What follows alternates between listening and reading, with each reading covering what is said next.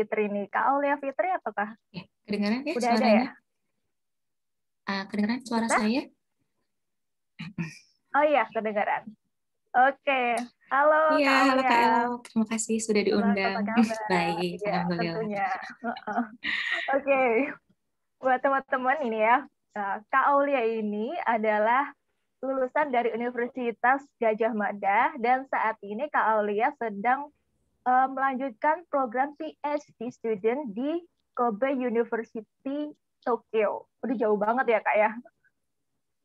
Iya, di Kobe sebenarnya. Oh Di di Kobe. Kobe, oke. Iya, iya. Oh ya Kobe University Tokyo ya, Iya. benar ya? Oke. Oke. Kalau lihat sendiri kenapa sih kita lebih kayak kenapa sih Kak Aulia akhirnya memutuskan untuk singkat cerita bisa ke Kobe atau kita cerita dari latar belakangnya sih gimana sih pasti kan di sini tuh banyak banget teman-teman yang pengen tahu kayak kuliah di luar negeri kayak gimana sih ternyata cewek juga bisa ya kuliah luar negeri ya terutama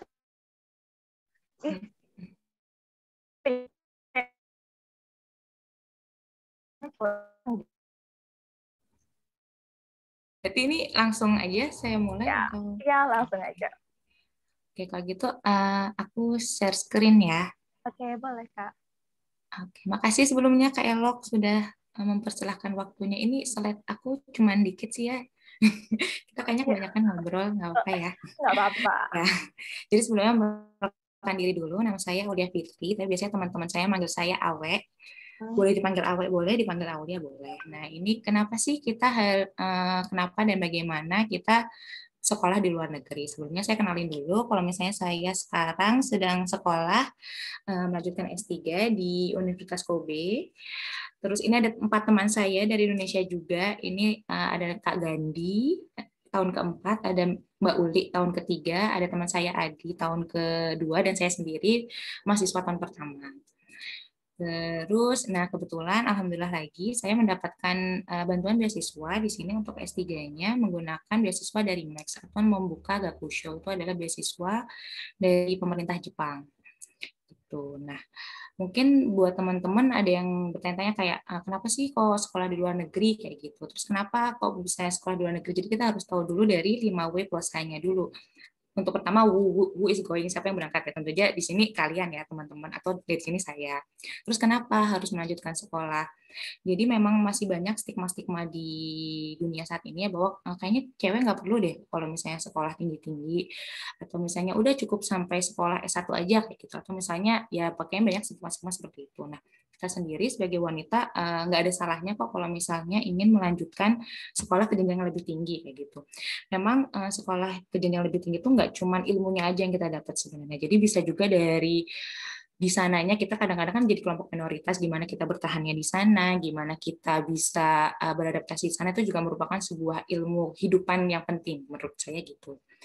Terus what do I want to study, apa nih yang mau kita kejar, mau kita gali lebih dalam lagi. Jadi buat teman-teman di sini mungkin ada yang masih SMA mungkin ya, atau misalnya ada yang S1 mau lanjut ke S2 atau mau lanjut ke S3 juga, jadi harus tahu mau lanjut sekolahnya kemana nih kayak gitu, bidang apa sih sebenarnya yang benar-benar disuka, jangan sampai udah nyoba-nyoba terus ternyata wah ternyata nggak suka nih kayak gitu. Sebenarnya hal itu nggak apa-apa, wajar ya, setiap orang kadang-kadang kan ada kalanya salah dalam, bukan salah ya, oh, udah keburu memilih hal lain tapi ternyata nggak begitu suka, itu nggak apa, itu sebagai sebuah pembelajaran. Cuman kalau misalnya emang belum tahu nih pilihannya apa, benar-benar ditentuin sukanya apa nih. Misalnya suka kayak saya suka kedokteran, suka bagian basic science, ya udah saya akhirnya melanjutkan ke sekolah basic science di sini.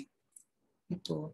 Terus di mana nih pingin lanjutinnya itu juga perlu ditentukan. Kayak misalnya di sini saya memilih Jepang sebagai negara yang ingin saya lanjutkan perkuliahannya. Kapan mau berangkatnya? Apakah mau berangkat pas lagi S1 udah mulai berangkat, atau misalnya S2 atau S3 berangkatnya? Sama yang terakhir, bagaimana cara menanggulangi biayanya? Apakah biayanya menggunakan beasiswa, atau misalnya dana dari orang tua, atau misalnya dana dari pacar ya? Mungkin nggak ya? Nggak mungkin kayaknya. Terus, nah ini ya. Jadi, kenapa sih kita harus melanjutkan studi? Seperti yang tadi dijelasin juga dari Senior Talk ini. Kalau misalnya sekarang memang ada woman empowerment ya. Jadi kayak sebuah proses bagi wanita atau juga bagi sekelompok wanita atau individualnya sendiri, di mana dia tuh bisa menentukan pilihannya. Terus selain untuk menentukan pilihannya, dia bisa menentukan aksi dari pilihannya tersebut.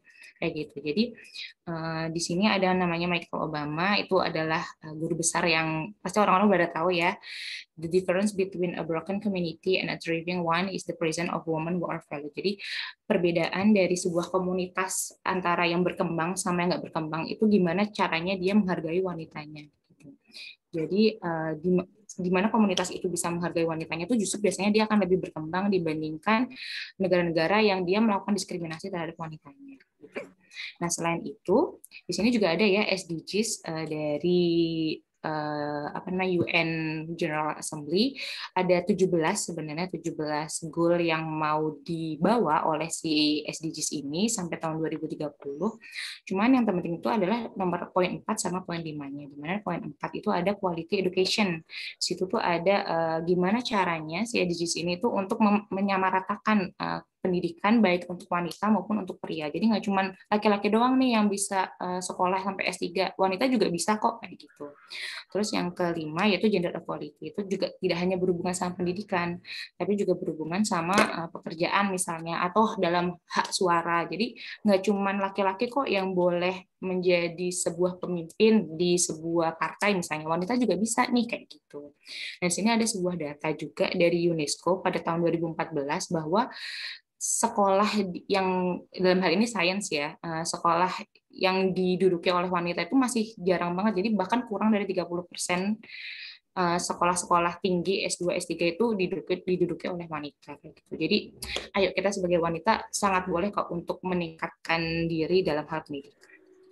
Gitu. Nah, terus sekarang kenapa sih kok milih ke luar negeri gitu? Ada 3 hal mungkin ya yang bisa menjadi apa namanya kayak highlightnya. Pertama dari pengetahuannya.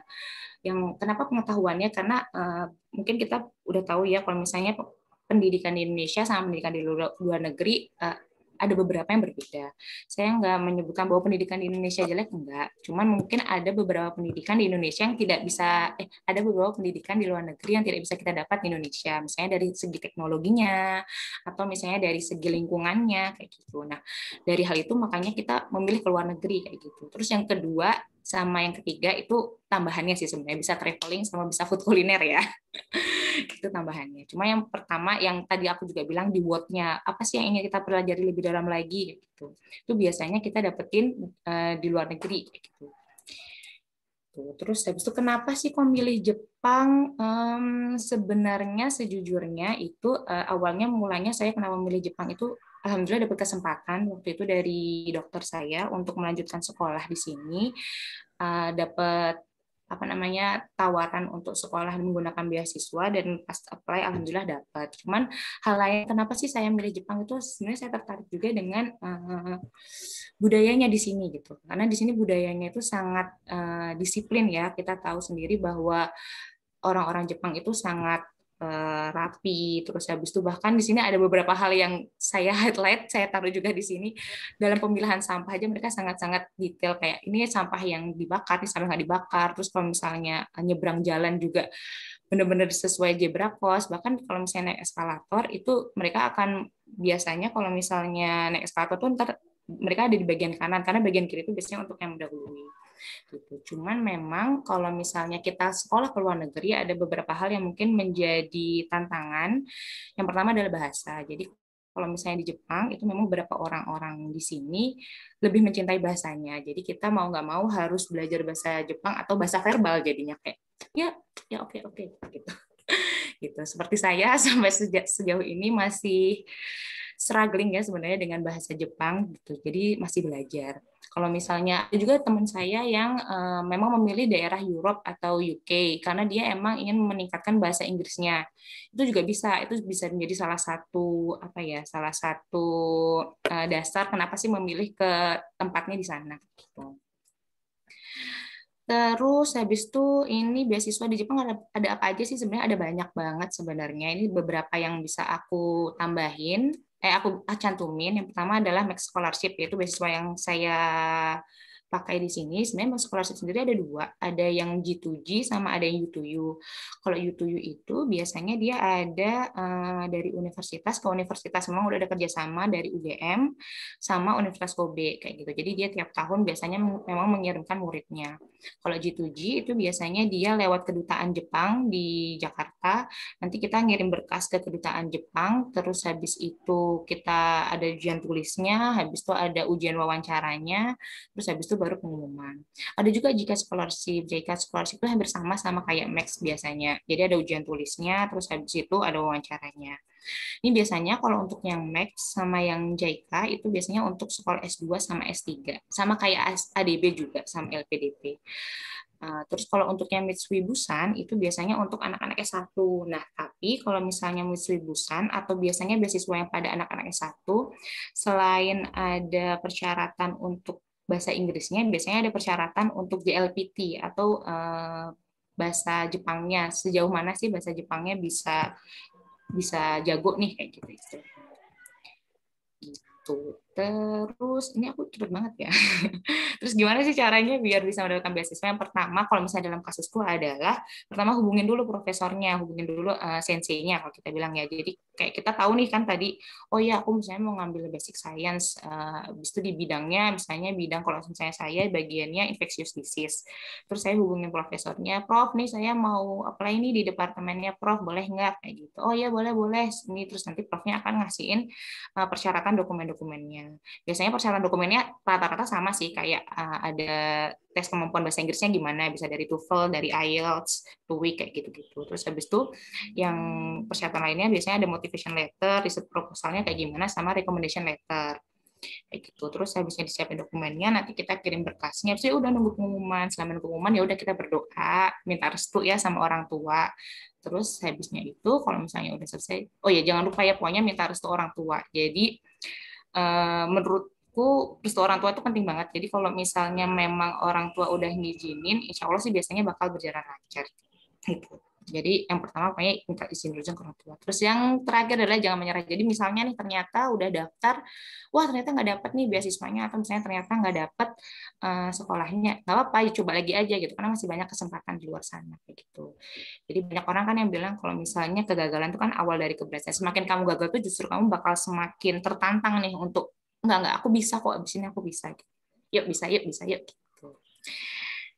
Gitu. Terus ini yang terakhir, wow, saya cepat sekali. Ini yang terakhir adalah ini ya, seperti ya kata R.A. Kartini, tiada awan di langit dan tetap selamanya. Tiada mungkin akan terus-menerus terang cuaca. Sehabis malam gelap gulita akan lahir pagi membawa keindahan kehidupan manusia serta alam. Jadi memang kayak habis gelap terbitlah terang. Jadi memang di balik setiap kegagalan tuh pasti bakal ada hikmah dari Allah yang diberikan ke kita gitu, untuk kita tetap bisa struggling gitu deh. Kalau misalnya ada yang mau nanya, karena mungkin bahasanku terlalu cepet ya, bisa ditanyain di sesi diskusi nanti ya. Itu mungkin sekian dan terima kasih. Oke, mungkin kita bisa ini dulu sih Kak, sharing-sharing juga. Kebetulan aku juga sedikit kepo sih ya. Banyak juga nggak apa-apa sebenarnya, tapi kan. Iya, nggak apa-apa, banyak, boleh. Ini kan kakak untuk ke Jepang kebetulan dapat scholarship-nya dari Jepang. Sebelumnya pernah nggak sih kepikiran pengen dapat scholarship dari tempat lain sebelum Jepang nih? Gitu. Sebelumnya pernah. Jadi aku tuh sebenarnya pingin banget ke Switzerland. Karena aku suka banget kan, kayak dia ada gunungnya, ada bukitnya gitu-gitu kan. Terus kayak wah, pingin banget ke sana gitu. Cuman di sana memang bahasa Inggrisnya harus jago. Terus waktu itu lagi belajar bahasa Inggris juga buat nyoba IELTS, tapi alhamdulillah pas dokternya ngasih kesempatannya, ini ada tawaran nih kalau misalnya sekolah di Jepang gimana, terus kayak oh ya udah deh nyoba. Terus pas nanya ke orang tua juga ya udah coba aja coba gitu. Oh sebenarnya ada cerita. Jadi sebelumnya itu tahun 2018 2000 berapa ya? 2018 itu sebenarnya saya ditawarin sama dokter saya ke ini juga. Terus tapi orang tua saya waktu itu belum ngizinin, kayak ngapain ke Jepang. Terus kan juga S3 4 tahun kan. Oke. Lama banget, nanti ntar nggak pulang-pulang gimana lalalala gitu. Terus kayak oh iya ya, ya udah deh, akhirnya saya nggak jadi ngambil kesempatan itu gitu. Terus tahun depannya lagi, tahun 2019, dokter saya nanyain lagi kayak ini gimana nih, mau lagi nggak gitu, masih ada nih tawarannya gitu. Terus akhirnya saya nanya lagi ke orang tua saya, terus orang tua saya kayak yang ya udah deh kalau misalnya emang pingin ke sana nggak apa. Akhirnya ya udah dengan restu orang tua, ya udah jadinya berangkat gitu. Oke, itu menarik sih. Kebetulan juga kebanyakan yang orang tua nggak izinin tuh karena cewek ya. Tapi Iya. gimana sih akhirnya orang tuanya dari Kak Aulia tuh bisa luluh gitu loh. Oh, gimana ya waktu itu? Ngomongnya harus berkali-kali ya Kak ya, nggak cuma sekali Ya, gitu. jadi kalau misalnya orang tua saya tuh lebih concern sebenarnya ke kayak 4 tahun nih nggak pulang kayak gitu kan sebenarnya. Terus saya bilangnya sih kayak enggak kok nanti bisa kok pulang tiap tahun sekali, insya Allah bisa pulang. Waktu itu belum tahu kan ada corona ya. Tenang aja, tiap tahun nanti Lia pulang pas lagi Lebaran, lalala gitu. Terus kayak oh ya udah, terus Lia juga bilang kayak kan namanya wanita itu kalau misalnya apa namanya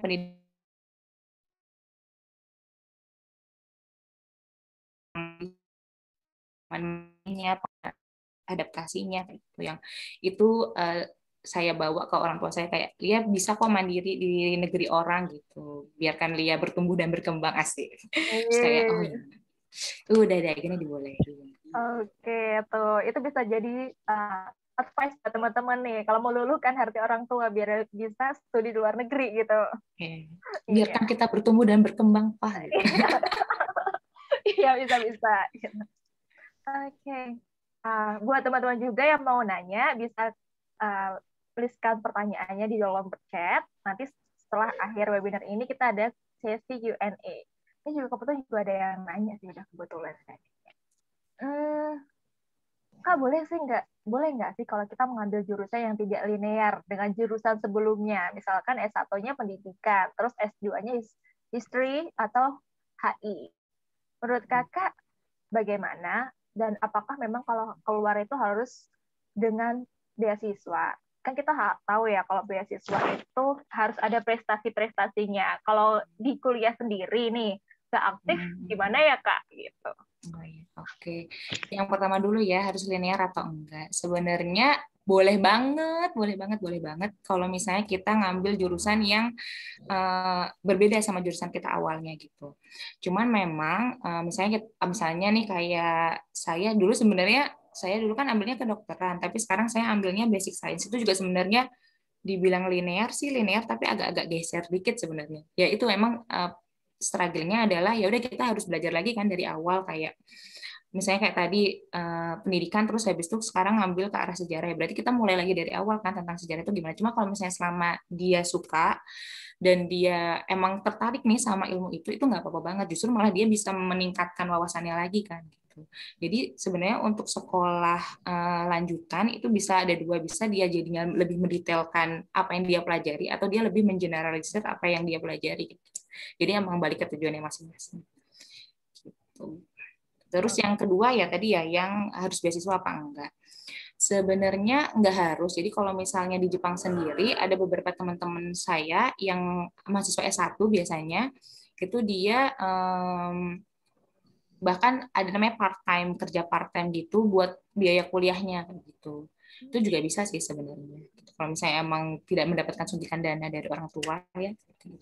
Iya. Tapi lebih prefer beasiswa ya kayak. Tapi ya biar nggak pusing, biar bisa fokus kan sama kuliahnya. Karena kadang-kadang kalau misalnya kerja part time kan jadinya kerja part time terus habis itu harus kuliah kayak gitu. Iya, ya, jadi terbagi-bagi nanti pemikirannya. Nah, kalau untuk kakak sendiri, sebenarnya lebih prefer, lebih bagus nih betternya untuk kita, advice-nya, majornya linear aja deh, atau nggak linear gitu. Kalau aku pribadi ya, tapi ini jangan ini ya, kalau aku pribadi aku lebih suka yang tidak linear. Karena biar kayak Eksperimen ya ya. udah, iya, jadi kayak tahu luas. Oh iya, duniaku nggak cuma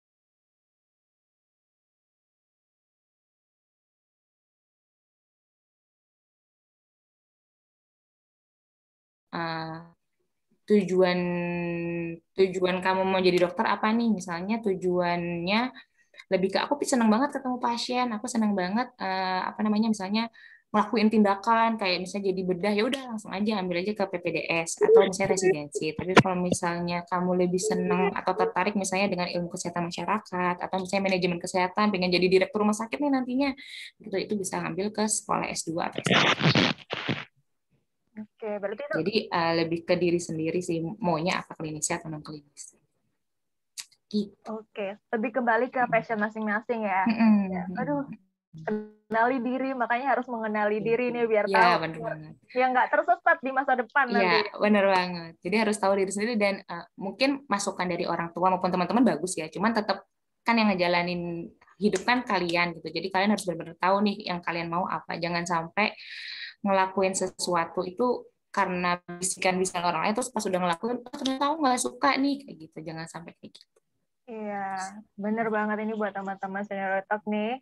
Harus digarisbawahi. Melakukan sesuai dengan passion masing-masing. Ya, yang orang lain mau ngomong, udah biarin aja. Gitu. Oke, buat teman-teman semuanya. Untuk yang masih pengen tanya sama Kak Aulia, tenang aja. Akhir webinar ini kita masih ada sesi Q&A. Tapi untuk selanjutnya kita move dulu ke acara berikutnya ya. Ya, untuk Kak Hairuni. Oke.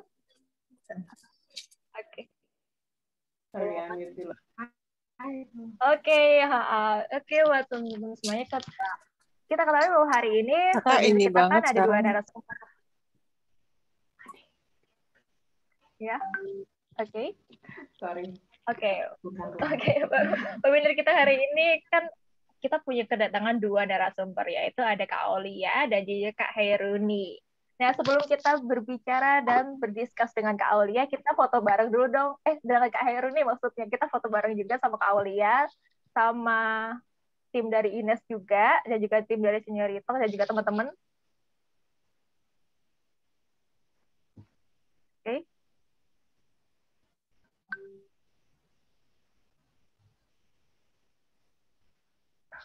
Oke, Halo, boleh untuk tim Kak. dari Ya, Seniorito. ya udah siap Kak. Oke. Silakan mungkin bisa. Oke, untuk Kak Aulia,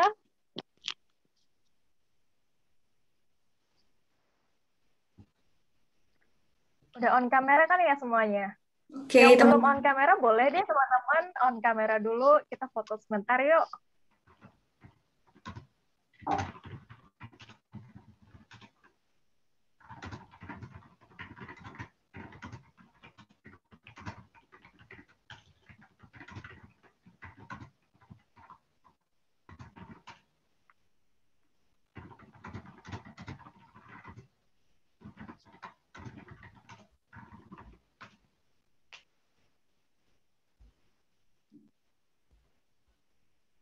Ya udah ready semuanya.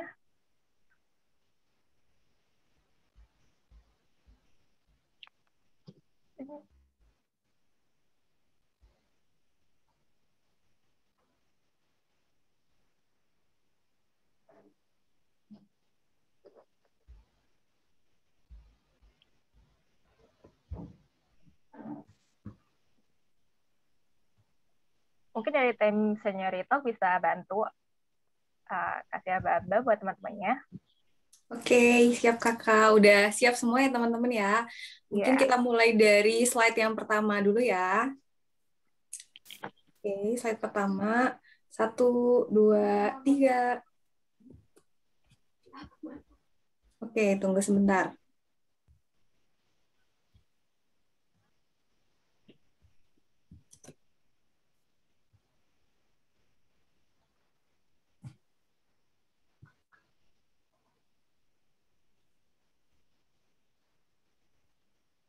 Oke, yang slide yang kedua sekarang. 1, 2, 3. Sebentar, teman-teman.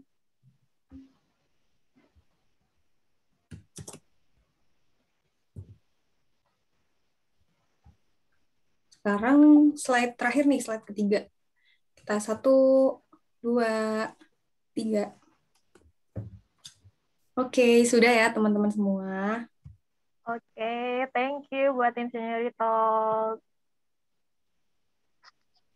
Oke, thank you buat teman-teman juga. Thank you buat Kak Aulia. Tapi Kak Aulia tetap harus di sini ya. Masih banyak banget nih teman-teman yang mau nanya gitu.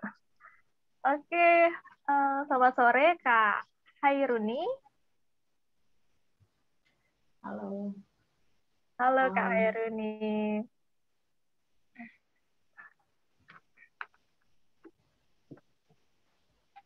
Aku kedengeran nggak ya, Mik? Mau ngomong, mau ngecek. Iya, kedengeran Kak. Kedengeran Kak. Oke. Gimana, mau langsung ke share aja? Atau Iya. mau... Oke. Oke teman-teman. Untuk sesi kedua ini kita ada kedatangan dari Kak Hairuni Aulia Nespati. Beliau adalah seorang woman engineer at Google Jerman. Sebelumnya beliau juga berkecimpung di Traveloka ya Kak ya? Betul. Iya, oke. Oke, untuk Kak Hairuni mungkin bisa langsung. Oke, aku langsung share aja ya. Iya. Share screen. Aku mau share yang ini. Coba share dulu. Present. Sip, kelihatan ya? Yang Iya, kelihatan. Oke.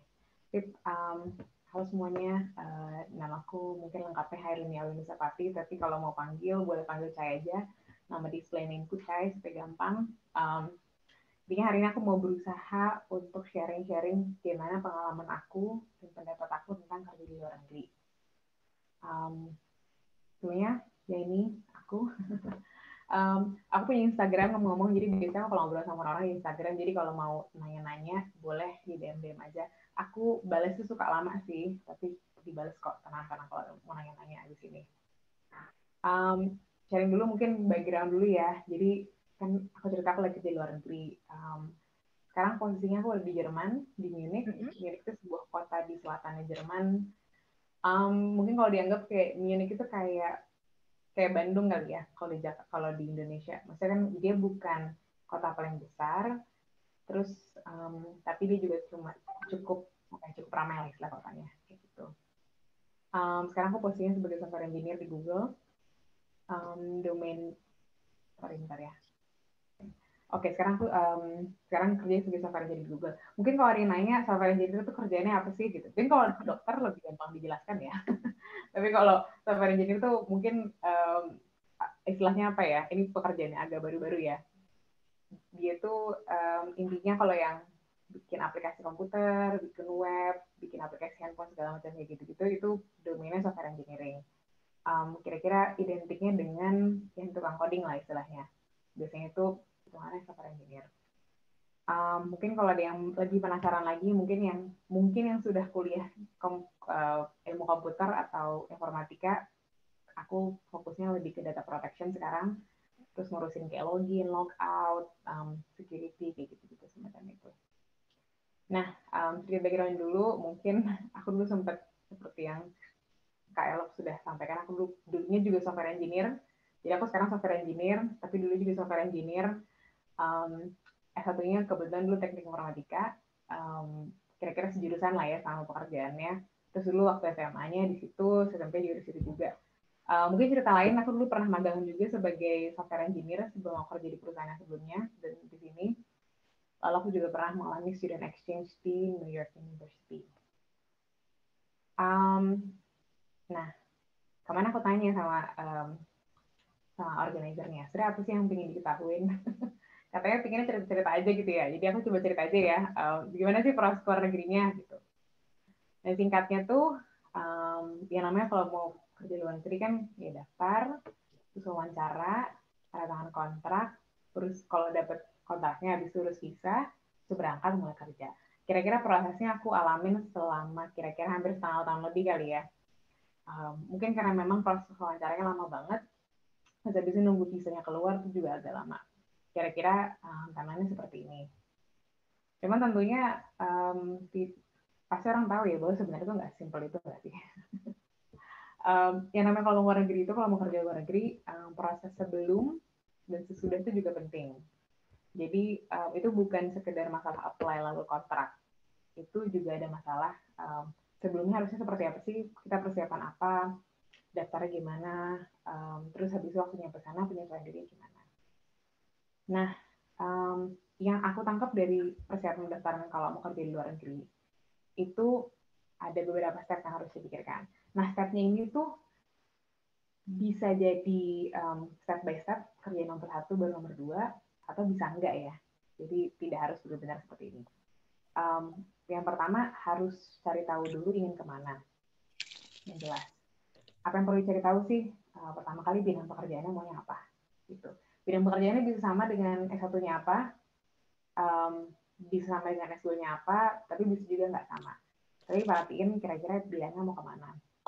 Misalkan apakah ingin ke IT, atau ingin kesehatan, atau ingin ke bisnis manajemen, atau mungkin ingin ke mungkin kayak internasional atau apa, itu diperhatikan dulu bidangnya ingin apa. Terus cari juga di perusahaannya, di perusahaan itu macam-macam. Ada yang perusahaan-perusahaan yang relatif kecil, kayak startup gitu mungkin. Ada perusahaan yang lebih gede kayak corporation. Perusahaanku adalah corporation, lumayan internasional juga, dan seperti itu. Lalu cari tahu juga di negara mana, karena setiap negara tentunya beda ya. Kalau aku tahunya sih Jerman kebetulan. Pernah nyoba ke Singapura juga, jadi oke, paham Singapura seperti ini. Tapi misalkan aku nggak pernah ke Jepang, nggak tahu gimana cara kerja ke Jepang. Jadi itu beda lah, beda negara beda ya. Gitu. Nah, terus kalau misalkan udah tahu nih kira-kira maunya kemana, fokus perbanyak pengalaman yang relevan ke arah sana. Maksudnya pengalamannya macam-macam, bisa kuliah formal, misalkan S1-nya diarahin ke sana gitu, misalkan kayak udah tahu nih mau jadi software engineer ya, berarti kalau bisa kuliahnya yang jurusan. Tuh. Kalau misalnya jadi nggak tahu, mungkin nggak tahu ya dokter bisa di luar negeri, maksudnya kerja praktek di luar negeri ya berarti coba fokus ke arah sana. Pengalaman juga bisa yang sifatnya non formal, misalkan kayak ikut ikut training, terus habis itu bikin project sampingan, terus habis itu di share kayak aku bikin project ini segala macam, itu banyak caranya. Terus nah yang penting lagi juga adalah, jadi kalau zaman sekarang itu opportunity itu banyak yang ada di internet gitu. Salah satu yang paling umum adalah adanya di LinkedIn. Jadi menurutku sih kalau bisa misalkan udah lulus S1 nih gitu, bikin LinkedIn, dibuatlah LinkedIn-nya, tulis kayak saya dulu S1 di sini, saya dulu pernah jadi assistant lab di sini, saya dulu pernah ini, karena nanti mungkin ada orang-orang entah dari universitas atau mungkin dari perusahaan-perusahaan yang akan coba kontak di LinkedIn. Biasanya tuh banyak tuh kalau udah punya LinkedIn. Misalkan pernah ngambil sertifikasi apapun, pokoknya taruhlah semua di LinkedIn. Nah, habis itu kalau udah semua persiapan ini nih, mulai cari-cari lowongannya gitu.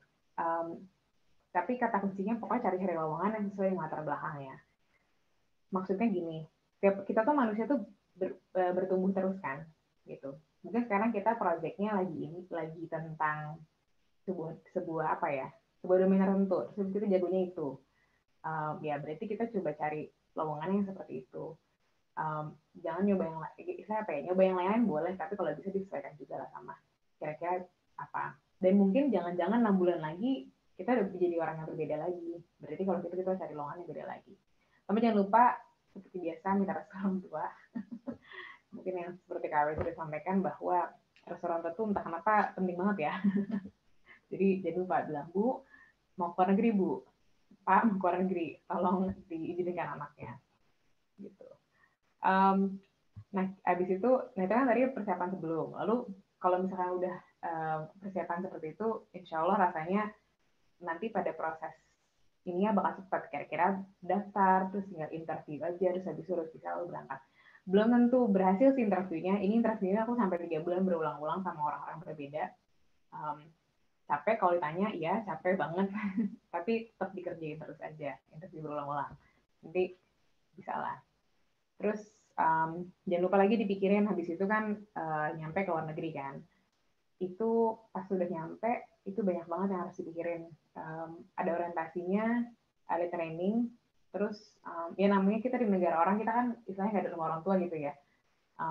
Ya jangan lupa cari rumah, harus cari kewenangan baru, terus kerja dan hidup di tempat baru. Gitu. Nah, ini mau cerita sampingan dulu nih. Sebenarnya nggak sedih banget sih, biasa aja. Jadi dulu waktu aku kuliah itu mikirnya aku sih kayaknya bakal S2 deh gitu. Dulu mikir seperti itu. Udah pingin banget S2 ke luar negeri sejak tingkat 3 kuliah. Dulu mikir kayak pokoknya maksimal 4 tahun setelah lulus aku pokoknya bakal studi lanjut. Mau S2, mau S3, gimana lah. Cuman setelah itu aku sadar bahwa ternyata setiap industri itu beda karir pathnya memang. Industri-industri yang mungkin yang sifatnya sains itu banyak yang S2 memang. Karena memang bidangnya itu sangat dalam sekali ya. Jadi S2 dan S3 itu penting. Tapi industriku ternyata itu sifatnya praktikal. Jadi kalau praktikal itu istilahnya pengalaman kerja itu lebih penting dibandingkan kuliahnya. Maksudnya kuliah satu tuh biasanya dibutuhkan, tapi setelah itu tuh enggak. Kecuali kalau memang maunya gini ya, kalau bidang kan ada macam-macam cabangnya. Bisa machine learning, bisa artificial intelligence. Nah kalau masuk arah-arah situ tuh penting lah untuk S2, S3. Tapi kalau memang istilahnya cuman ya bikin aplikasi aja, sebenarnya kerja itu lebih penting. Jadi ini mau cerita aja, jadi bahwa setiap orang tuh beda-beda. Ada yang memang path-nya tuh ke S2, ada yang path-nya kerja. Orang mungkin bilang sama aku, bilang gini, loh kamu kan gampang tinggal kerja. Tapi aku bilang, lah iya, tapi bidangku tuh susah kalau S2. Jadi setiap bidang tuh beda nih. Ada yang bidangnya susah buat S2, tapi ada bidang yang lebih gampang buat kerja. Jadi beda-beda lah. Gitu. Terus ya udah, jadi ini adalah hasil dari ngobrol sama temen. Padahal waktu itu sebenarnya udah sempet tes TOEFL lah, sempet tes ini, tes itu segala macam, udah sempet minta rekomendasi sama atasan dan segala macam, tapi ya tidak jadi. Intinya goalnya sama sih, tapi caranya aja beda. Gitu. Nah, kalau ngomongin goal tadi nih, jadi sebenarnya kenapa sih pengen ke luar negeri gitu ya? Aku coba cari yang buatku aja ya. Motivasi itu macam-macam banget, bisa dari diri sendiri, bisa dari orang lain. Mungkin kalau yang aku sih gini, jadi keinginan pribadi nih, dari kecil tuh aku udah selalu, sebenarnya udah dari lama banget pengen ke luar negeri, kayak penasaran banget sama negara-negara maju. Mungkin secara spesifik aku bilang negara maju ya, maksudnya bukan mendiskreditkan negara-negara lain, tapi gimana ya, kita nih negara berkembang istilahnya gitu. Aku penasaran emang kalau negara maju tuh bedanya apa sih, kenapa sih dibilang-bilang kayak misalnya Amerika negara maju gitu, Jepang negara maju, terus Indonesia ngapain gitu. Aku pingin punya perbandingan, jadi aku penasaran gimana sih di sana gitu. Terus terinspirasi juga, jadi kebetulan di Traveloka dulu itu ada teman-teman yang dulunya kuliah atau kerja di luar negeri. Terus mereka tuh seru gitu loh, bisa cerita, iya di luar negeri itu seperti ini, cara kerjanya beda, cara belajarnya beda, orang kalau jalan beda di jalan, oh gitu, aku penasaran ya. Terus aku juga penasaran sih, gimana sih rasanya hidup yang benar-benar semandiri itu. Dulu aku pernah sekolah di asrama, tapi ya itu juga sulit sih. Tapi habis itu saya pikir-pikir, tapi kan tetap di Indonesia ya. Jadi teman-temannya tetap bisa ngomong dengan bahasa yang sama gitu. Ini pertanyaannya gimana sih kalau misalkan benar-benar yang jauh banget, terus teman-temannya benar-benar completely different. Nah, ini yang aku pikirkan. Terus orang tua juga sendiri sebenarnya, mungkin kalau misalkan, mungkin nggak semua, memang aku ingin cerita, mungkin memang ke luar negeri itu nggak buat semua orang. Kebetulan orang tuaku dari aku kecil pun udah pingin, ya mungkin nggak maksa-maksa banget lah, tapi lebih ke, nah menarik ya kalau kamu ke luar negeri gitu. Kayak orang tua tuh suka kalau misalkan nonton TV tuh, dulu inget banget, ada yang namanya bioskop Trans 7, malam-malam, kalau nggak jam 7, jam 9, pokoknya sekitar jam segitulah. Terus ngeliatin kan, ada James Bond, ada apa gitu. Terus ayahku dulu suka bilang, kayak, keren ya orang di Amerika gitu. Atau nggak, keren ya orang di Inggris gitu. Cobalah nanti kamu, ya mungkin nggak usah satu dekat-dekat aja gitu. Mungkin waktu S2 cobalah kamu ke sana. Kamu pelajarin orang-orang tuh ngapain sih gitu. Kenapa sih mereka bisa pinter-pinter banget gitu. Kenapa sih mereka bisa maju-maju banget. Terus nanti pas pulang kasih teman-teman gimana kerja kayak gimana sih di sana gitu supaya kita bisa ikutan maju gitu. Dan orang tua aku akhirnya memang dari aku kecil udah sibuk tuh ngelesin bahasa Inggris ke tetangga lah, ke yang deket rumah lah, terus habis itu sekolah-sekolah misalkan ada pelajaran tambahan bahasa Inggris ekskul, pokoknya kayak kamu ikutlah ekskul itu. Jadi emang dari dulu tuh orang tua udah mikirin kayak ayo nak gitu, jangan nonton di TV doang ke sana gitu. Terus ya ini ini alasan-alasan yang lebih gimana ya, manusiawi lah kalau yang ini bagiannya. Tadi kan kayaknya keren-keren gitu, terus sebenarnya ada alasan lain. Ini tujuannya juga sih, ya kalau negara maju kan di daerah banyak ya. Jadi lumayan lah buat nabung. Mungkin kalau misalkan nanti kalau pulang nggak tahu lah, mungkin bisa bikin restoran kecil atau enggak. Ya lumayan lah restoran kecil bisa di GoFood kan, menarik. Tapi kan perlu modal kalau misalnya, jadi nyari modal dulu sekarang. Terus memang beneran penasaran sih, pingin coba hidup di tempat yang bisa full pakai public transport. Dulu pas aku di Traveloka itu aku setiap hari kalau nggak naik Transjakarta empat-empatan gitu, tapi aku naik Gojek. Itu pun Gojek panas, kayak sudah menyerah. Penasaran gitu gimana caranya hidup di tempat yang full public transport, kayak gitu lah. Ada bakal alasan lain juga tapi gitu. Intinya aku yang ingin aku sampaikan dengan menyampaikan alasan itu, aku pengen bilang bahwa alasan semua orang tuh valid, parah, valid banget. Di sini tuh orang-orang yang kerja di luar negeri tuh benar-benar macam-macam banget. Ada yang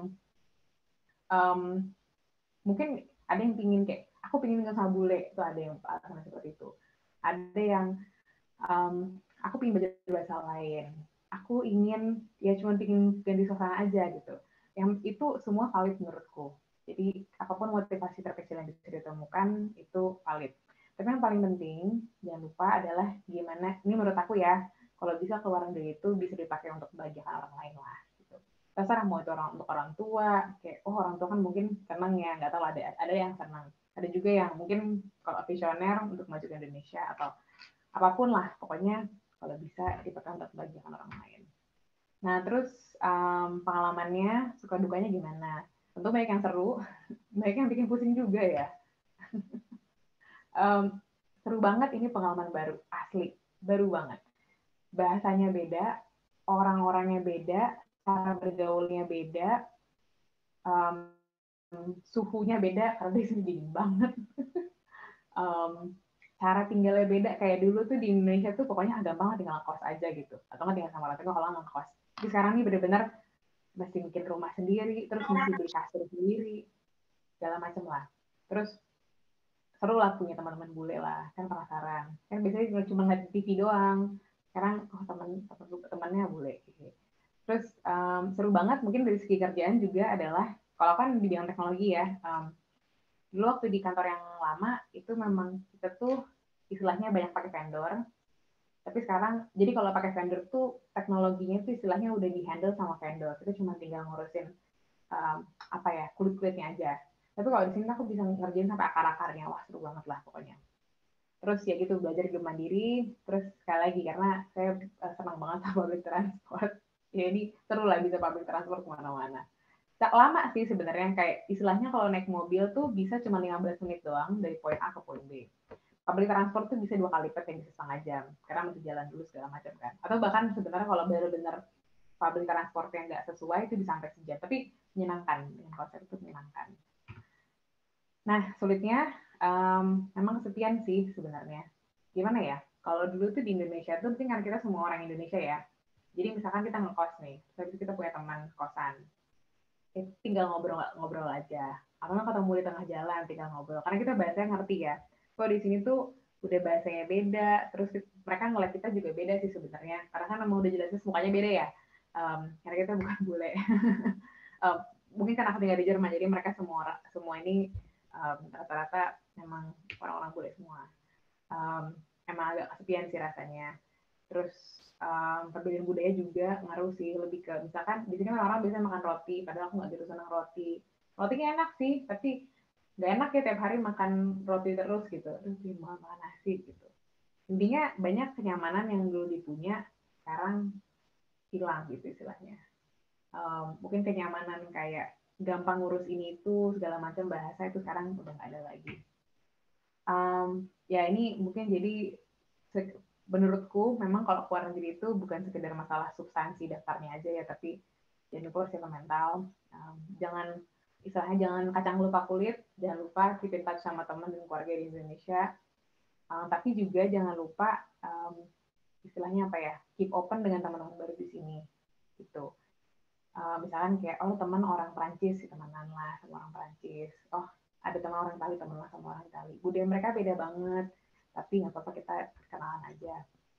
Terus mungkin kalau misalkan lagi sedih, ingat juga sih dulu tuh kenapa sih tim keluar negeri, kenapa sih harus susah payah gitu. Mungkin bisa diingat-ingat alasannya gimana gitu. Nah terus mungkin pertanyaan yang bisa ditanyain ke aku adalah, kalau mau keluar negeri juga gimana caranya?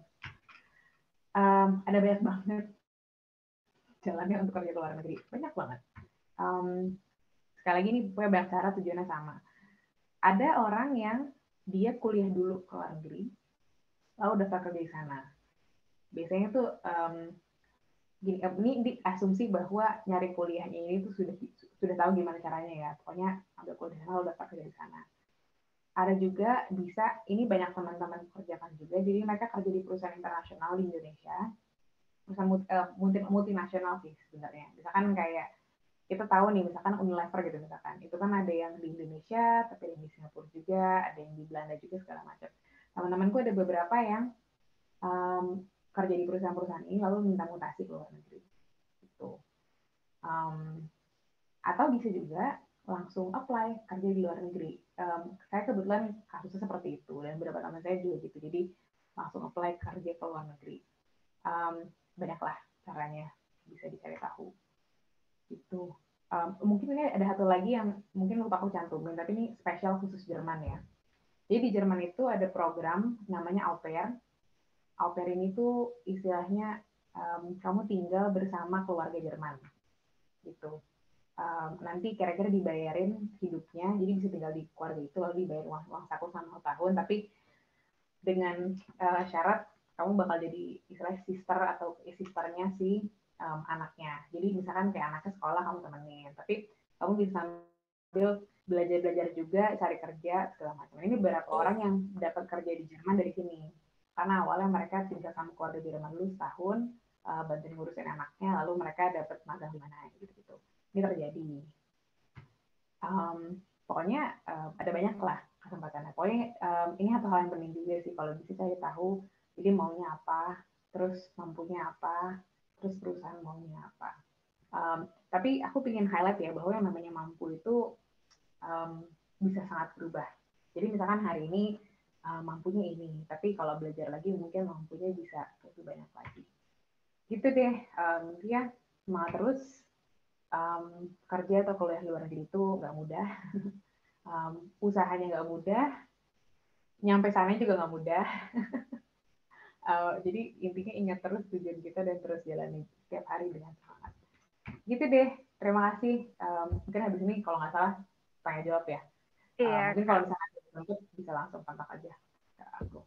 Thank you. Thank you Kak Cai. Ini panggilnya Kak Cai aja kan ya? Boleh. Oke. Bener banget kata Kak Cai tadi gue udah sharing gimana ternyata memang ngurusnya tuh Kak Cai itu dari awal ya Kak. Ngurus sendiri dari awal sampai bisa kerja di sana gitu. Biasanya kan ada beberapa orang yang pakai pihak ketiga ya Kak ya. Nah Kak, kenapa sih Kak Cai akhirnya memutuskan untuk bekerja di Google nih? Kenapa milih ke situ ya? Sebenarnya lebih ke mengalir seperti air ya. Gimana yang jelasinnya? Jadi kebetulan kan dulu kuliahnya memang aku gini deh. Dulu waktu SMA, pas milih jurusan itu kan biasanya ngelihat referensi dari teman-teman. Kebetulan teman deket aku pinginnya ngambilnya IT. Terus ya udah dong, aku daftar IT dong. Abis itu masuknya teknik informatika. Terus waktu mencari kerja, teknik informatika itu biasanya kan milihnya itu apa ya? Memang yang sebidang-bidang kan, jadi software engineer. Software engineer itu biasanya ke perusahaan IT kan berarti. Perusahaan itu kayak terkenal itu kan perusahaan IT. Google juga masuk perusahaan IT. Terus udah habis kan aku ditransfer ke Kanada, lalu aku pikir aku pengen keluar negeri. Lalu Google tuh salah satu perusahaan yang dia tuh multinasional, yaitu dia ada di berbagai negara kan, dan dia banyak luar negerinya. Terus aku mikir, oh ya udahlah, ini perusahaan IT, habis itu dia ada beberapa negara. Terus kebetulan aku juga waktu itu udah ada sempat teman yang kerja di sana. Terus aku nanya-nanya kan, gimana sih prosesnya gitu, terus seru nggak di sana? Terus tadi, oh seru-seru, sudah daftar. Akhirnya ya udah bisa daftar. Jadi kalau ditanya apakah dari umur 3 tahun sudah berpikir mau ke sini, ya nggak gitu juga. Tapi lebih ke ini aja sih, kayak aku ngambil kesempatan yang ada di depan mata, lalu aku ke sana, kayak gitu kira-kira. Oke, bener banget sih itu. Tapi suka dukanya nih Kak, jadi engineer di Google, terutama orang Asia, itu ada perbedaannya tersendiri nggak sih Kak? Sebenarnya mungkin aku harus jelasin bahwa ini antara Google Jerman versus Google secara keseluruhan. Jadi orang asing juga banyak banget. Orang Indonesia jelas tidak. Tapi maksudnya kalau cuma masalah kayak mukanya Asia ya banyak. Tapi memang sih kalau misalkan yang di Jerman nggak banyak. Kayak sedikit itulah. Mungkin karena memang kalau Jerman itu kebanyakan dari Jerman sendiri atau dari Eropa Timur. Eropa Timur itu maksudnya kayak Slovakia atau misalkan kayak Rusia, Kroasia gitu-gitu lah. Itu tuh negara-negara itu biasanya mereka dari sini. Jadi sebenarnya memang kalau di Jerman sendiri minoritas, tapi Google sendiri nggak gitu sih. Cuman perasaannya memang kadang-kadang gimana ya, suka ada hal-hal yang memang kalau orang itu budayanya berdasar dari rumpun yang sama, ada hal-hal nggak tertulis yang nyambung gitu istilahnya. Aku ngerasa banget kalau kerja misalkan lagi sama orang yang Asia, padahal dia beda banget, misalkan dia dari Korea atau dari mana gitu, padahal bukan dari Indonesia ya, aku merasa lebih nyambung dibandingkan sama orang-orang misalkan dari Rusia atau dari Kroasia. Tuh. Entah kenapa tuh ada yang lebih nyambung kalau kerja sama mereka. Nggak tahu gimana jelasinnya sih, tapi itu sebenarnya terasa sih merasa minoritasnya. Cuman dan kadang-kadang suka ini juga sih, kayak misalkan lagi banyak orang-orang Eropa Timurnya gitu dalam sebuah meeting, kita kerasa sih kalau mereka tuh ada lebih bondnya berasa dibandingkan kita. Cuman ya gimana lah, begitulah faktanya. Siapa sih kerja luar negeri kan kena deh. Nggak apa-apa, jadi harus ya itu tantangan aja sih, cuman ya bukan berarti ya jadi alasan buat menyerah lah. Iya, jadi kita harus benar-benar beradaptasi gitu sih kayak. Gitu sih. Nah, kalau tadi kan challenge-nya tuh banyak ya ternyata kerja di luar negeri itu. Kalau untuk kesempatan kita, opportunities kita sebagai orang Asia untuk kerja di luar negeri, menurut kakak itu terbuka lebarkah atau gimana? Menurut aku terbuka lebar banget sih, asli. Satu hal yang mungkin aku beruntung juga sih, orang tua aku tuh sadar kalau ingin anaknya keluar negeri, anaknya mesti diajarin bahasa Inggris. Itu berguna banget pesan mereka, ngelesin ke tetangga, terus kayak, gue mau main, kamu harus les. Itu ternyata penting banget. Karena ternyata bahasa itu benar-benar ini sih, kayak membuka jembatan kepada dunia gitu, istilahnya. Jadi sebenarnya opportunity-nya banyak banget, cuman kadang-kadang memang orang kita tuh suka terbentur di bahasa sebenarnya. Itu sih yang aku notice. Maksudnya gini, bahasa Inggris tuh aku bilang bahasa Inggris karena dia yang paling general ya, tapi sebenarnya bisa spesifik juga. Jadi teman gue ada yang bahasa Inggrisnya biasa aja, tapi dia bisa bahasa Jerman. Nah, itu dia makanya kerja di Jerman dengan lancar. Gitu-gitu. Tuh, buat teman-teman, kita punya opportunity itu sama ya, sama orang-orang yang lainnya tentunya. Tinggal lihat kesempatannya aja dari sisi mana gitu. Ya. Terus ini aku mungkin ingin sharing juga sih. Jadi kadang orang tuh suka mikir gini ya, misalkan kamu keluar negeri karena mungkin kamu S1-nya di universitas tertentu yang banyak orang-orang keluar negerinya. Waktu aku sudah sampai Jerman, itu tuh sama sekali tidak benar. Itu tuh orang tuh, maksudnya jadi latar belakang S1-nya dimanapun, itu tuh ada di sini. Gitu. Jadi kayak sorry ini, tapi itu sesuatu yang sering banget aku ditanya kalau misalkan lagi DM di Instagram. So, aku bilang enggak, itu tuh semua asumsi itu salah. Kayak waktu kamu pergi beneran ke Jerman, itu orang tuh datang dari universitas macam-macam banget. Jadi ya gitu lah. Jadi opportunity-nya ada untuk semua orang. Gitu sih kira-kira. Oke. Nah, untuk Kak Caya sendiri nih, waktu pertama kali kerja di luar negeri, gimana sih Kakak mempersiapkan finansial dan juga mental nih di tempat baru? Karena kan belum bisa menerima gaji kan ya Pak waktu itu Kak. Oh, kebetulan dulu kalau uangnya, ya dulu kan udah sempat kerja nih 2 tahun. Tabung dulu. Tabung dulu. Tabungan ternyata mepet sih, karena kurang rajin nabung ternyata dulu. Hahaha. Tapi bisa pakai tabungan itu sih sebenarnya. Ya terus habis itu dulu ini sih, kebetulan orang tua juga berbaik hati sih, kayak ya nih kamu dipinjemin dulu juga kalau mau gitu. Jadi dulu kebetulan sebenarnya tabungan sendiri mungkin harusnya cukup, tapi orang tua juga dulu kebetulan ngebantuin sih. Gitu sih. Terus kayak mentalnya sih lebih ke, nggak tahu ya, kayaknya kalau dipikir-pikir mungkin dulu mental aku nggak sekuat itu juga sih, karena siapa juga yang tahu ya apa sih challenge waktu keluar negeri itu kita mungkin nggak bisa nyiapin banget, tapi lebih ke apa ya, punya mental yang fleksibel aja sih, lebih ke arah situ. Jadi pas lagi udah datang nih, ternyata dunia berbeda banget, ya udah siap adaptasi aja lah gimana caranya. Oke. Nah, kalau untuk di Google sendiri nih Kak, biasanya untuk karyawan yang dari luar negeri itu saat bekerja dan diterima di Google Jerman itu Kakak disediakan fasilitas tertentu nggak sih? Fasilitasnya tuh lebih ke pas lagi berangkatnya ya, tapi ada pas lagi berangkat. Maksudnya fasilitas itu belum artian kayak mereka ngebantuin kita booking pesawat, mereka ngasih kita tempat tinggal selama sebulan pertama, tapi ya udah itu doang. Setelah sebulan ya mesti bertahan hidup sendiri. Harus pinter-pinter sih ya. Kalau gap-nya sendiri antara Jerman nih, sama kebetulan kan dulu sempat kerja di Jakarta juga nih Kak. Gap-nya jauh banget atau gimana Kak? Sebenarnya gap-nya gimana ya?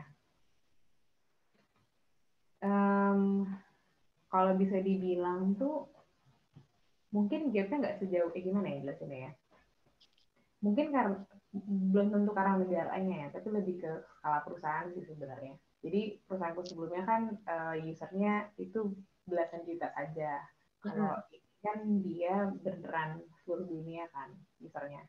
Jadi skala teknologi yang harus aku kerjain itu beda banget.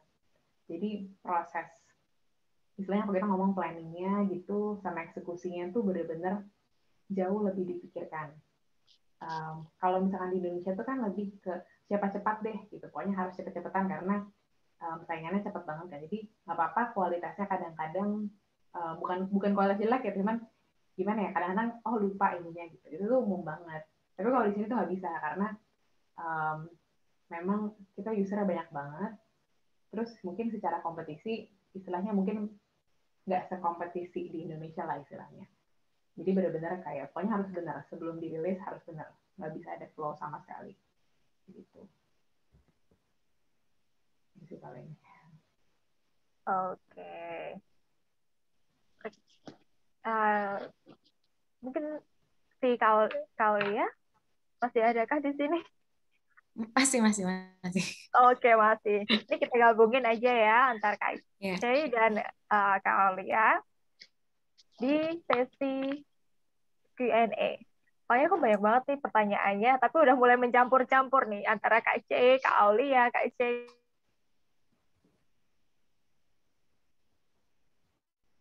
Sekolah di luar negeri juga, kehidupannya juga, dan dari Kak Cey sendiri, Jerman itu seperti apa, dan juga dari Kak Aulia sendiri, Jepang itu kan seperti apa. Ini kan teman-teman pasti banyak banget kepo, pengen tahu nih. Nah, dari kakak-kakak berdua nih, target hidup kakak nih, target karir misalkan, atau apakah kalau untuk dari Kak Aulia mungkin, setelah nanti lulus dari Tokyo, dari Kobe ya? Kobe. Kobe. Kobe. Dari Kobe. Apakah akan mengabdi ke Indonesia? Dan untuk Kak Cek, apakah bakal stay lama nih di Google Jerman nanti? Nggak pengen balik nih Kak, gitu. Mungkin Kak Oke. Cai dulu mau jawab. Biasanya kan orang kayak gitu kan, udah kelamaan di luar negeri, lupa gitu, mau pulang nggak bisa gitu. Kan nggak bisa, nggak pengen pulang biasanya kayak gitu. Kalau izin ya Kak, kalau aku sih kayaknya tetap pengen pulang. Gimana ya?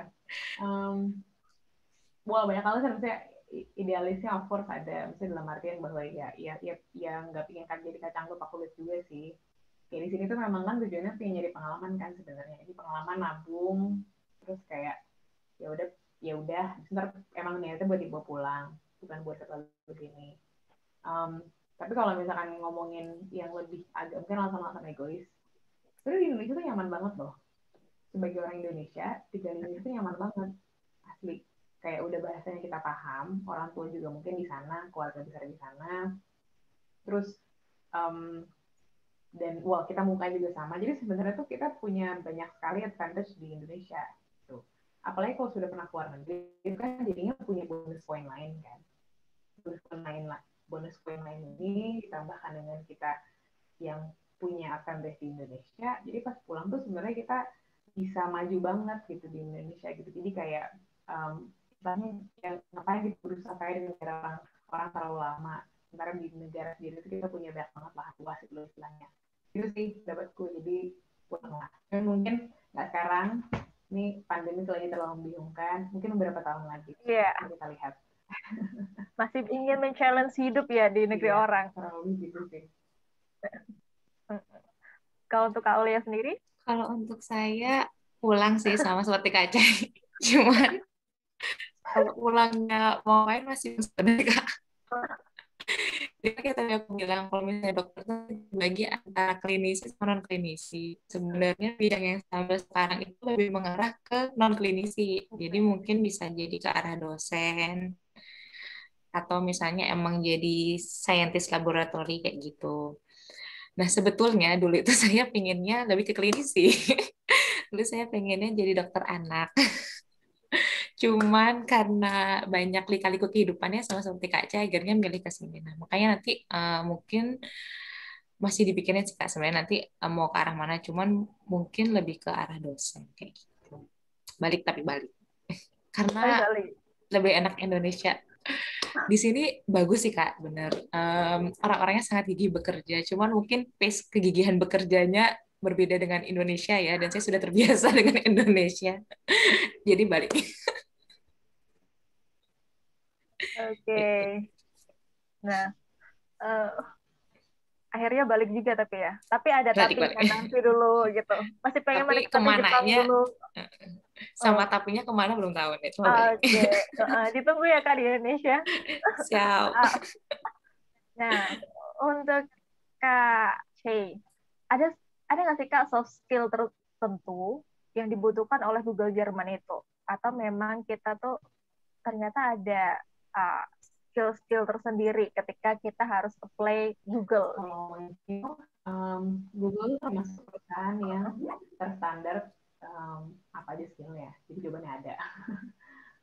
Bisa coba dicek di internet sih. Jadi yang perlu kita lalui kalau masuk Google, ini asumsinya kita masuknya ini role yang entry level ya, bukan yang kayak udah manajerial, kayak masuknya entry level. Itu ada dua hal yang perlu diperhatikan. Pertama itu masalah memang hard skill, kedua adalah tentang soft skill. Hard skill-nya itu adalah pokoknya gimana caranya bisa lulus interview coding-nya. Jadi nanti dikasih permasalahan itu nanti dikasih soal buat dikerjain, terus bisa harus di-solve pakai codingan gitu. Mungkin kalau yang kuliahnya sekarang atau nanti atau dulunya di teknik informatika, kebayang nanti dikasih benar-benar kayak soal ujian lah, dikasih soal, terus ntar harus jawab. Nah, mungkin nanti mungkin caranya agak beda aja sih. Kalau kita dulu di kuliah kan kita tinggal kita coding aja, kita submit. Sekarang kita mesti jelasin kayak interviewernya. Tapi kira-kira dari hard skill-nya seperti ini. Gimana caranya bisa selesai itu? Ada kok pokoknya basic pengetahuan dasar algoritma sama data structure-nya seorang software engineer, tinggal diikutin aja. Ini mirip sama mata kuliah pasti kuliah. Ini satu hal. Lalu yang bagian kedua adalah mengenai si culture-nya. Itu dijelaskan, mungkin kalau mau dicari ada istilah namanya googliness di internet. Itu tentang lebih ke ini sih, kayak cara kamu menghadapi sebuah masalah, cara menghadapi situasi sulit gitu-gitu. Jadi nanti paling ditanya gini kayak, kamu pernah nggak mengalami kejadian di mana kamu tuh nggak setuju sama orang gitu? Bagaimana approach kamu? Gitu. Nah, ini bisa yang lebih fatal, misalkan kayak sebutlah kamu ada dalam ruangannya panas. Terus kamu marah nggak? Bisa kayak gitu. Atau yang lebih ke, coba ceritain satu pengalaman di mana kamu tidak setuju sama orang. Jadi harus berdasarkan pengalaman. Jadi nanti dia akan mengeses kira-kira, oh orang ini kalau kena masalah kayak gini. Gitu. Jadi soft skill-nya sama hard skill-nya udah jelas sih. Pokoknya dari semua interview itu akan nggak salah itu. Oke. Nah, oke nih, untuk teman-teman kita ini ternyata udah banyak banget yang raise hand. Aku pilih dulu ya beberapa. Ada Kak Permata ya? Oke.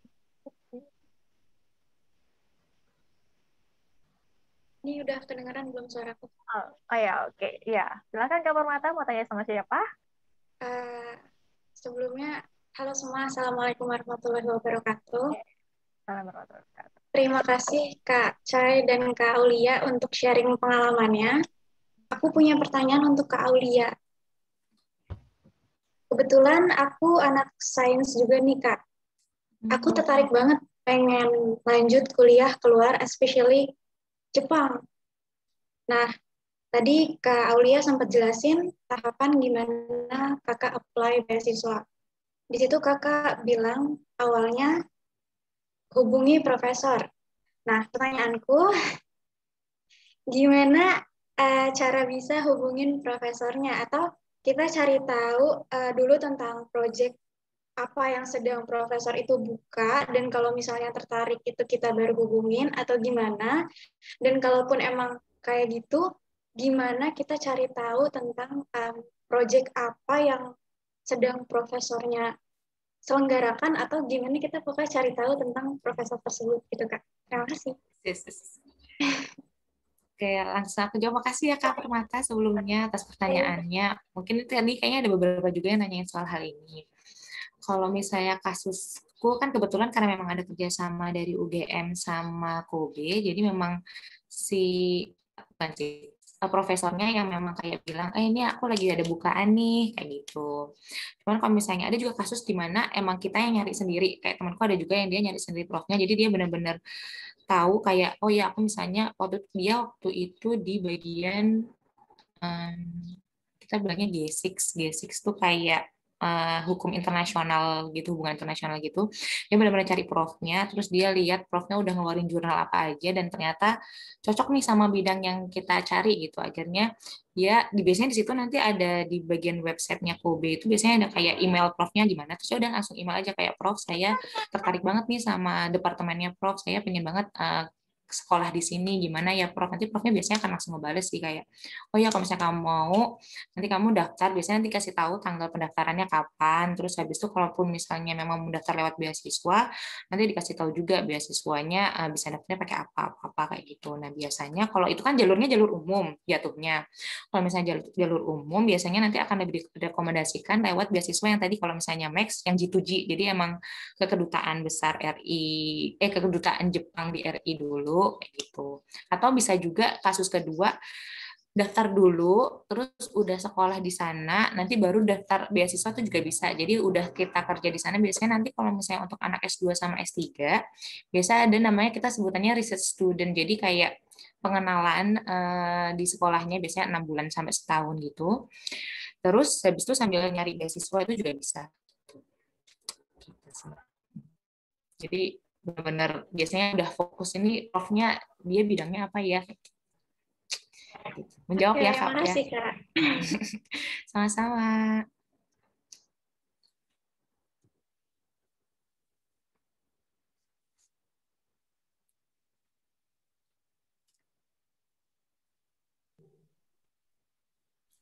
Kayla, maaf Kak, belum di-unmute. Oh ya. Oke, untuk Kak Pranata, ada pertanyaan lagi mungkin? Udah. Oke. Selanjutnya kita ke penanya berikutnya yang udah raise hand. Ada Kak Ruth atau Kak Ruslin nih? Lina. Halo Kak. Oke, halo Kak Ruth. Halo. Ya, Kak. Iya. Apakah suara saya sudah masuk? Iya, sudah, Kak. Oke. Terima kasih untuk kesempatannya. Perkenalan, saya Ruth. Saya izin bertanya. Saya ada cita-cita mau kuliah S2 di luar negeri. Saya mau tanya Kak, untuk kedua narasumber, bagaimana pertimbangan yang Kakak lakukan untuk memilih negara tujuan tempat kita akan kuliah nanti gitu. Sebenarnya Kakak percaya nggak sih kalau misalnya tiap-tiap negara itu punya prodi jagoannya masing-masing. Misalnya kayak Jepang punya prodi ini yang paling bagus gitu. Terus Jerman teknologi gitu-gitu. Sebenarnya Kakak percaya nggak sih akan hal itu gitu? Terus mau nanya dong Kak, kenapa Kakak memilih kuliah di luar negeri? Sebenarnya dengan kita kuliah di luar negeri itu, kita akan dipandang memiliki kualitas yang lebih unggul nggak sih ditimbang lulusan dalam negeri? Terima kasih untuk kesempatannya. Terima kasih untuk kesempatannya. Oke, mungkin langsung dijawab oleh Kak Cei dulu atau Kak Oli ya? Manu, saya dulu boleh? Saya dulu. Oke. Makasih Kak Ruth tadi pertanyaannya ya. Yang pertama itu tadi tentang ini ya, apa namanya? Tiba-tiba jadi lupa. Tentang kalau misalnya kuliah di luar negeri, tadi apa? Maaf saya tiba-tiba ngeblank. Kalau misalnya kuliah di luar negeri itu ada prodi jago-jago nggak sih? ada, oh iya benar ada prodi jago-jago. Kalau misalnya, iya sih sebenarnya memang beberapa kayak gitu. Kayak misalnya kalau misalnya di Jepang itu biasanya, kalau misalnya di bidang saya ya, itu emang kayak basic science-nya dia lebih diunggulkan. Terus mungkin karena itu juga saya jadi milih ke arah Jepang. Cuma sebenarnya kadang-kadang tuh juga tergantung dari univnya masing-masing. Jadi ada beberapa univ yang memang dia punya program-program unggulan tersendiri. Jadi nggak mesti, misalnya univ ini apa namanya emang program unggulannya bagian sini bagus nih, atau misalnya bahkan profnya sendiri juga ada yang kayak profnya sendiri di bagian kok univ ini tuh lebih unggul nih dibandingkan prof di univ ini gitu. Jadi emang kita agak tricky sih sebenarnya, tapi emang kayak pinter-pinter nyari dan kadang-kadang ya itu dari networking gitu. Jadi kita tahu info-info biasanya dari situ gitu. Terus habis itu yang kedua tadi pertanyaan kedua tanya jadi lupa lagi, maaf ya. Kedua pertanyaannya adalah mana tadi Kak Ruth? Maaf mungkin ya. Kak Ruth bisa bantu kita. Bantu tadi pertanyaannya apa Kak Ruth? Maaf Kak Ruth. Pemilihan negara ya Kak? Iya. Halo. Oh iya, pilihan negara. Pilihan negara kan tadi udah yang pertama, yang kedua tadi pertanyaannya lebih ke apakah lulusan luar negeri dipastikan oh lebih iya, dipastikan lebih bagus apa enggak. Kalau misalnya itu saya nggak bisa bilang kalau misalnya lulusan luar negeri pasti bagus atau enggak sih sebenarnya, karena lulusan dalam negeri pun pasti juga ada yang bagus kayak gitu. Jadi emang itu tergantung dari individunya masing-masing. Kalau misalnya dari saya pribadi ya, mungkin tergantung dari orang nanggapinnya gimana. Cuman kalau misalnya dari saya itu tergantung dari pribadi masing-masing. Nggak mesti yang dari dalam negeri terus ternyata lebih jelek dibandingkan luar negeri, enggak gitu. Karena tiap orang kan pasti punya kelebihannya masing-masing, apa yang bisa ditonjolinnya masing-masing kayak gitu. Sama kayak misalnya universitas di Indonesia pun juga nggak semuanya ini, kok ada juga kok yang bagus-bagus gitu, yang dia kayak misalnya UI misalnya, dia juga bagus nih di bidang kedokterannya juga bagus gitu. Kayak kita pintar-pintar nyari ini aja sih bidang yang kita suka, terus yang diunggulinnya di mana gitu sih sebenarnya. Kalau dari aku ya, mungkin dari Kak Cai bisa nambahin Kak Cai. Mungkin kalau aku karena kuliahnya nggak luar negeri, jadi kurang tahu. Tapi kayaknya kalau nggak dari teman-teman yang di sini, maksudnya kan salah satu tujuannya kuliah kan habis itu pengen kerja kan sebenarnya. Bisa di akademisi, bisa di industri. Mungkin kalau yang dari industri yang bisa kuliah adalah yang lulusan dalam negeri juga banyak yang bagus-bagus juga sih. Jadi tidak harus keluar negeri. Cuman lebih ke sini aja sih.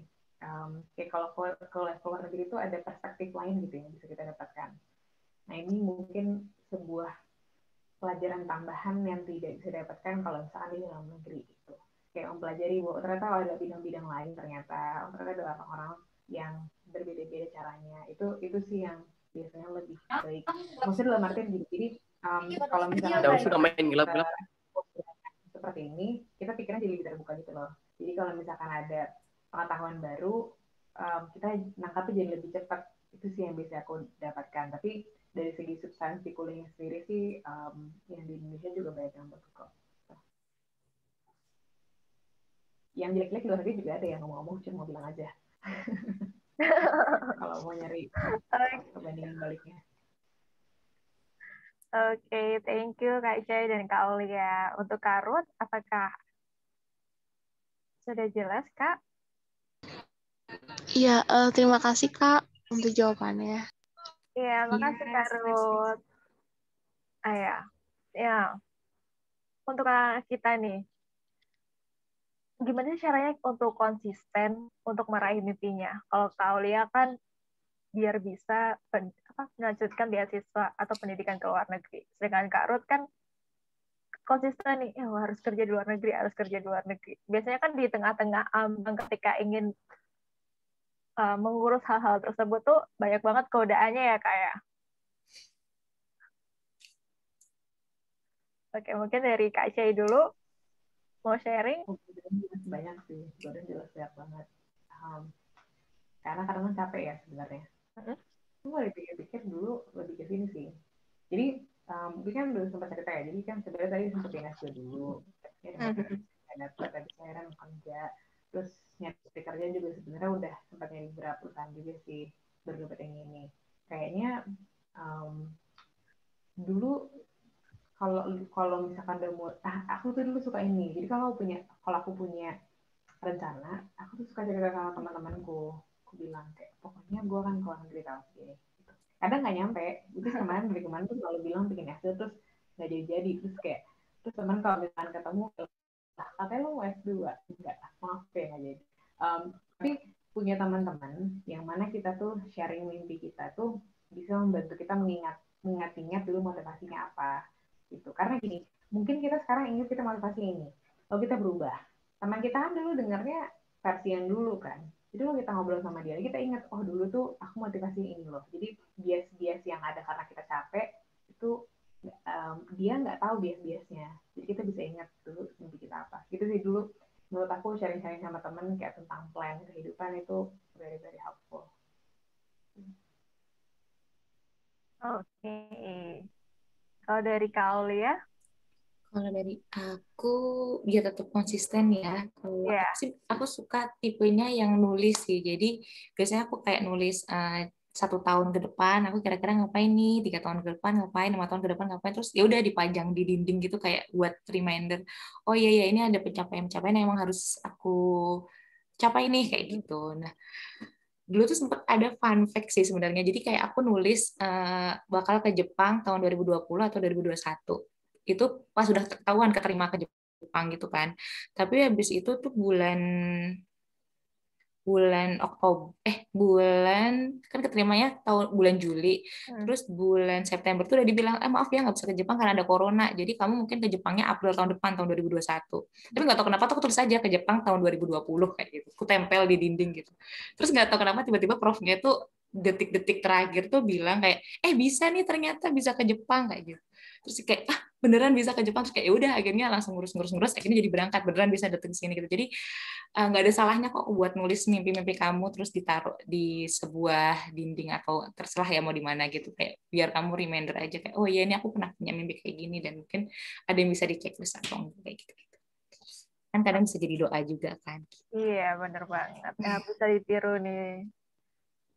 Entah itu teman-teman pengen nulis juga sama kayak Kak Aulia, ataupun punya teman sharing juga cocok ya, kayak Kak C itu harus kita juga biar bagaimanapun bertukar pikiran itu perlu kan ya, biar wawasan kita tuh nggak sempit di situ-situ aja. Oke, untuk kakak nih, mungkin ada yang pesan yang ingin disampaikan untuk teman-teman di Senior Talk ini yang ingin bekerja ataupun bersekolah di luar negeri nantinya. Oke, mulai dari Kak Aulia dulu.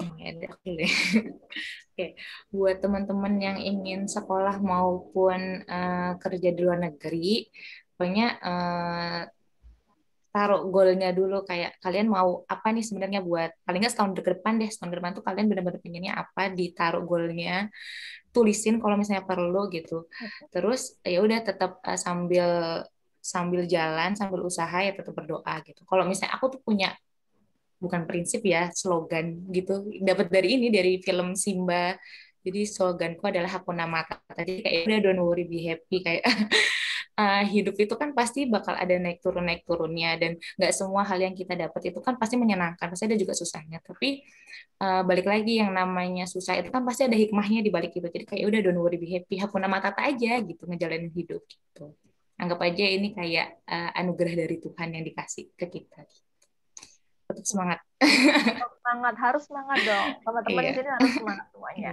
Oke, kalau dari Kak Shay, aduh, aku jangan bilang terus semangat sih. Ada hati yang mau aku sampaikan. Jadi setiap orang tuh beda-beda. Ada yang tipenya ngeplan gitu. Ada tipe orang yang mengalir seperti air gitu. Aku ternyata tipenya mengalir seperti air. Justru kalau aku ngeplan suka miring-miring. Maksudnya mengalir seperti air itu apapun yang ada depan mata bisa aku kerjain. Nah, mungkin lebih, tapi ada satu lagi yang ternyata lebih penting. Lebih penting itu namanya bersyukur aja sih sebenarnya. Serius deh. Manusia tuh maunya nggak ada habisnya, asli. Dulu aku bilang kayak, pokoknya aku pengen keluar negeri gitu. Terus begitu udah keluar negeri nih, terus habis itu mikir kayak, aduh tapi aku pengen lagi bikin itu. Terus aku mikir kayak, tunggu deh, dulu tuh memang pengennya keluar negeri. Udah dapet kan, jadi disyukurin dulu dong. jangan kebanyakan mau yang lain gitu. Kan mungkin kayak kepikiran, mungkin kalau aku kayak, aduh pengen punya kayak pengen punya rumah, pengen nikah, pengen apa, kayak udahlah nikmati dulu aja yang pengen. Jadi kayak bersyukur aja sih, kayak whatever you are. Nanti kalau misalkan ini yang tertangkap ya, justru yang menariknya adalah semakin banyak bersyukur, makin banyak opportunity baru yang dikasih. Entah kenapa begitu. Jadi ya banyak bersyukurlah. Oke. Oke, banyak-banyak bersyukur ya buat teman-teman semuanya. Jangan lupa berdoa juga. Oke, karena waktu kita terbatas, kita pengen nih juga dengar gimana sih kesan dan pesan kakak untuk Senior Talk sendiri nih. Setelah kakak jadi salah satu narasumber di sini. Mulai dari Kak Shay deh. Pesan buat kami biar kami bisa grow up nih, Kak. Gimana ya? Pesannya apa nih? I think keep doing what you're doing sih. Maksudnya tetap. Ini pesan ke organizer atau ke audiensnya nih? Ke kami, ke tim Senior Talk. Biar kita juga jadi wadah buat teman-teman semua perempuan di sini untuk terus berkembang, untuk terus berkarir. Gitu. Ya sih. Kalau menurut aku sih teruslah membantu, menginspirasi orang-orang ini. Aku harusnya kasih waktu lagi di presentasi ya. Jadi aku merasa karena aku ceritakan aku tuh anaknya mengalir seperti air gitu ya. Jadi nggak kepikiran gitu. Tapi pertanyaannya kepikiran apa gitu kan? Itu biasanya karena memang ada senioritas lain yang menginspirasiku gitu. Karena dulu aku tahu kelasku ada yang exchange ke sini. Cewek pula gitu, namanya Kania. Aku ikutin gitu sampai ke sebenarnya dia nggak exchange ya, tapi dia kuliah di situ. Lalu aku sadar ada exchange di situ, aku ikut. Terus habis itu ada temanku lagi yang dia kuliah ke luar negeri, aku pengen ikut. Jadi itu tuh sebenarnya tuh dari inspirasi kepikirannya. Jadi aku rasa buat Senior Talk keep inspiring people, and then ya bantulah orang-orang untuk tahu mimpinya apa. Gitu sih.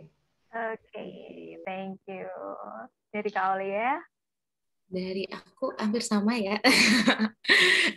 Nah, jadi bagus banget sebenarnya platform ini tuh bisa jadi ajang buat berkumpul teman-teman di sini buat saling share ilmu juga, share pengalaman juga dan ya udah itu tetap terus menginspirasi teman-teman dengan dari berbagai aspek ya, nggak cuma dari tentang kuliah dan kerja, mungkin dari aspek-aspek lain yang berhubungan sama wanita. Gitu sih. Oke, thank you banget untuk Kak Aulia dan Kak Ce atas kesempatannya dan mau untuk menjadi narasumber di webinar kami hari ini. Tetap semangat ya Kak, dimanapun berada. Walaupun jauh dari Indonesia, tapi tetap harus ada jiwa-jiwanya itu saya orang Indonesia ya Kak ya. Oke. Nah, untuk teman-teman juga, jangan lupa karena kita juga ada giveaway dari Ines. Tadi di awal webinar sudah ada ketentuannya. Nanti untuk teman-teman yang mungkin pengen tahu lagi giveaway-nya caranya seperti apa, bisa langsung hubungi panitia dari Seniorito untuk lebih lanjut detailnya. Jadi giveaway dari Ines Kosmetik. Oke, mungkin dari tim Seniorito ada yang ingin ditambahkan? Oh iya, mungkin untuk webinar selanjutnya kita ada webinar tentang financial planning. Nanti mungkin teman-teman boleh banget join ke event kita berikutnya. Oke, thank you Kak Zena. Saya Loksahar, mewakili seluruh tim dari Seniority Talk dan juga ingin berterima kasih kepada narasumber kita yang sangat inspiratif hari ini, yaitu ada Kak Aulia dan juga Kak Cey. Terima kasih atas sharing-sharing ilmunya, dan sampai jumpa di webinar selanjutnya. Semoga kita tetap bisa saling berpartisipasi ya Kak ya. Oke, thank you Kak Aulia, thank you Kak Cey, dan juga thank you teman-teman Seniority Talk. Terima kasih panitia. Thank you. Terima kasih banyak Kak Aulia, Kak Cair, dan Kak Elok tentunya. Terima kasih banyak teman-teman semua juga terima kasih banyak sudah join ke webinar Seniority Talk.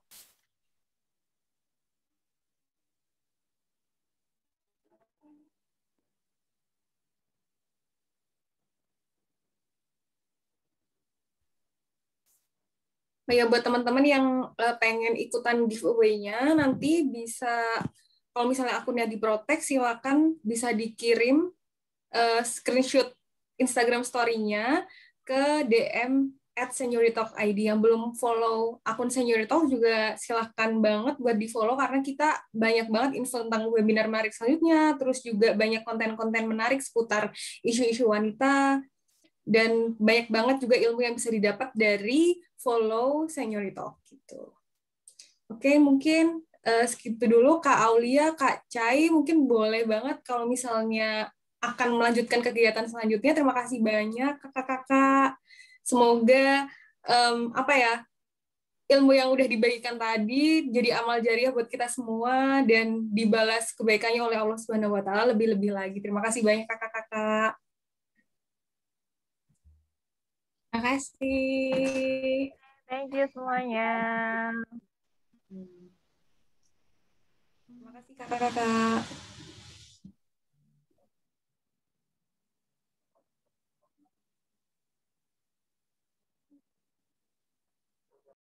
Oke, terima kasih Kak Ella dan teman-teman semua. Izin aku end ya teman-teman ya.